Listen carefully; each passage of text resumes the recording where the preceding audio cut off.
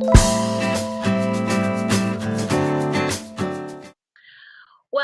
to SIA's Executive Spotlight Series. I am joined today with Dhaval Moogimane from Waterstone Management Group. So Dhaval, thanks for joining us today. Tell us a little bit about Waterstone Management Group and the work that you guys do. Yeah, thanks, Rihanna. It's a pleasure to be here. Waterstone Management Group is a boutique advisory and a services company exclusively focused on serving clients in the technology industry. So our clients tend to be hardware, software, and service providers, information services providers. About 40-50% of our work tends to be in the enterprise software space, so we end up spending a fair bit of time on that space. Even within that industry, we tend to focus on two or three topics. One is around helping companies really identify and capitalize on disruptive growth opportunities. So taking new offerings to market, operationalizing against it.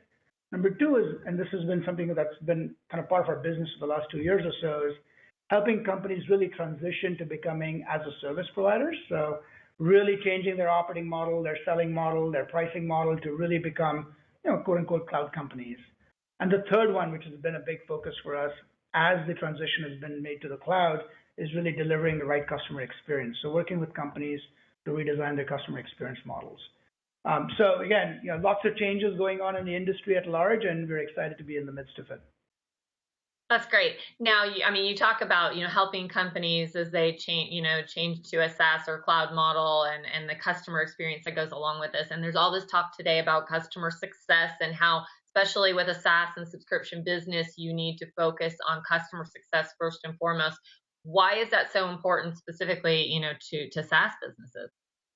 Yeah, I think the notion of customer success has been around forever, right? Everybody wants their customers to be successful, and that hasn't changed per se.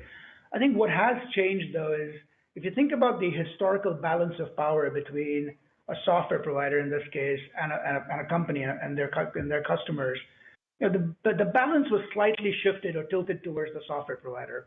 To the extent that the company has already purchased a license, to the extent that companies invested in infrastructure, has implemented the software. There's a lot of investment that a company has made in actually the software that was originally purchased and implemented.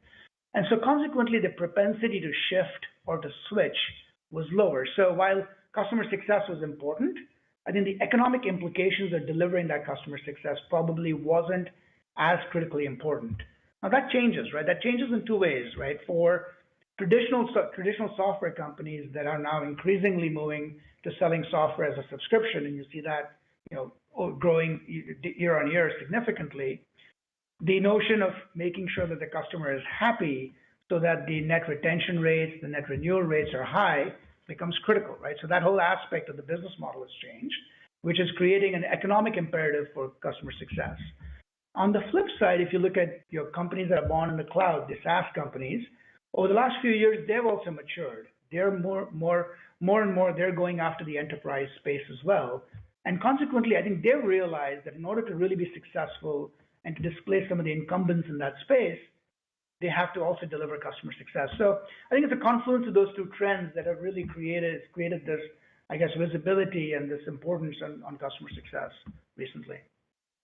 Well, with startups, I'm seeing now that the startups are, they're almost implementing customer success from the onset, right?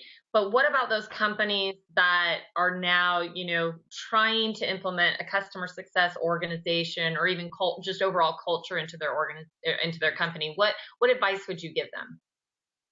I think the advice that we give companies there is threefold. There's a lot of notions of customer success being an org, right? Which I think people are putting in place CSMs, people are putting in place chief customer officer, which is great.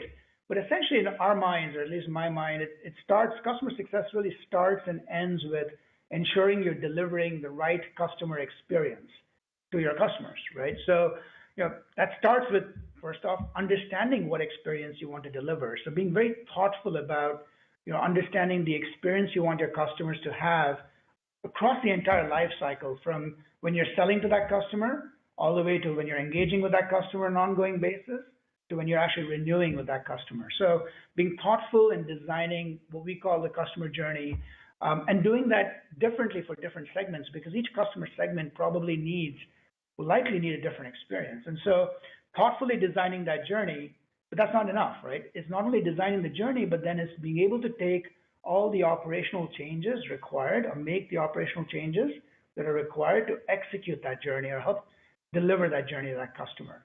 And that requires a level of cross-functional collaborations that I think historically companies haven't had to do, right? So the transitions from sales to service, the transitions from service to ongoing engagement, the integration between customer care and hosting facilities, the ability to kind of go back from renewals to sales. So it requires a level of cross-functional coordinations that historically haven't had to happen, and I think it's required. So designing the journey, designing all the operational changes that are required to make that journey real, addressing some of the metrics that are required to be able to then ensure that customers are first and foremost top of mind, right? In order to be able to actually change the behavior of the various people in delivering that journey. And the fourth thing I've noticed is it's not like people aren't focused on the customers. There are many roles that are engaged with that customers in an organization. But those roles get engaged with that customer when there is a problem, when there's a need. So being able to be very thoughtful about who engages with that customer, when in that journey, and to be able to proactively engage with that customer is another important criteria. So with all the shifts that we've seen in our industry over the recent years, what do you see for the software industry? How are we going to evolve in the next 3 to 5 years?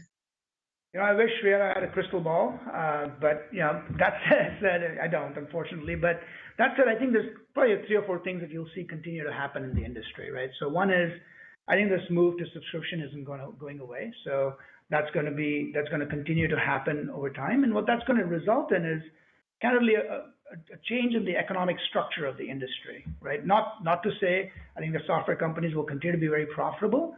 But you're doing more for your customer, right? You're hosting their customers, you're managing their infrastructure, you're managing their software for you. So it's going to have an impact in the overall economic model, I think, of the industry as we go forward.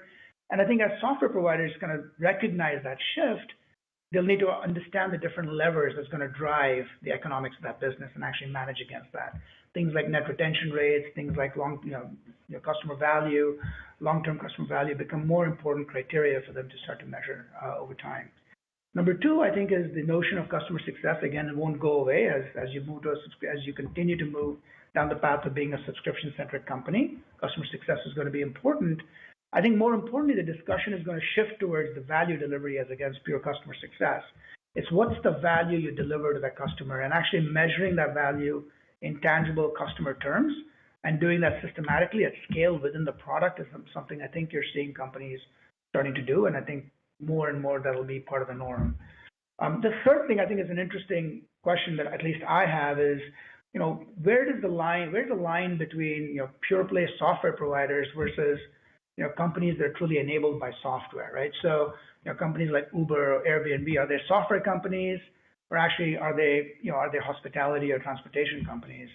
And I think while the distinction may not truly matter, I think what will be important is, for all of these companies that are truly using software as a true enabler or differentiator of their business, they need to start to understand the different attributes of what it takes to run a software business and actually start to transition some of their models and others to be able to operate as such.